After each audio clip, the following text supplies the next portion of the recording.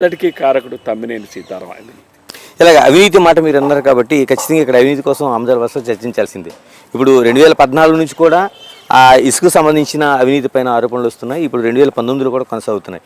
అంటే ఎవరు అధికారంలో ఎవరు మారినా మేనమామున్నా మేనల్డున్నా కామనా ఇది? 2014 తెలుగుదేశం పార్టీ పాలసీ ఏంటి? ప్రభుత్వం తాలూకా policy free sand policy. Is there any revenue loss to the government? Is there any revenue loss? చెప్పండి మీరే. పాలసీయే ఫ్రీ శాండ్ పాలసీ. నా నియోజకవర్గానికి అదృష్టం ఒక పక్కన నాగావళి నది, ఇంకొక పక్కన వంశధార నది.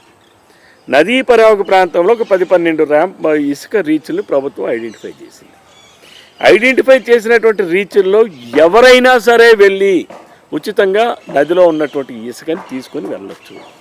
ఆ రోజు నా నియోజకవర్గంలో ఆమదాల వలస పట్టణానికి ఇసుక కావాలంటే ఒక ట్రాక్టర్ ఇసుక ధర 600 రూపాయల నుంచి 800 రూపాయలు ఉండేది. ఈరోజు ఒక ట్రాక్టర్ ఇసుక ధర 5,000 రూపాయలు. ఆ రోజు 600-800 రూపాయల ట్రాక్టర్ ఇసుక ధర ఉండేటప్పుడు మాన్యువల్ లోడింగ్ అంటే కూలీలు లోడ్ చేసేవాళ్ళు.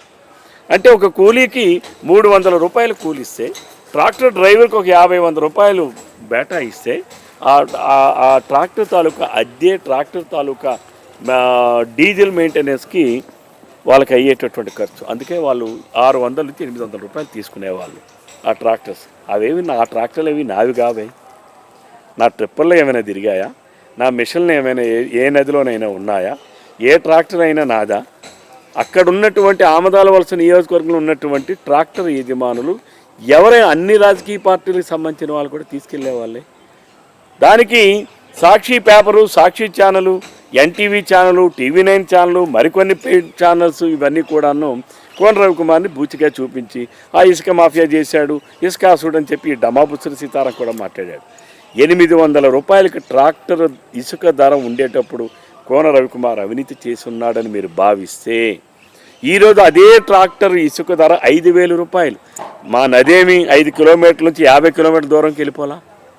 లేదు, ఆ ఇసుక ఆ నదిలో ఉన్నటువంటి ఇసుకని తమ్మినేని సీతారామం లేకపోతే జగన్మోహన్ రెడ్డి పండించడంలా ఎందుకు ట్రాక్టర్ ఇసుక ధర పెరిగింది?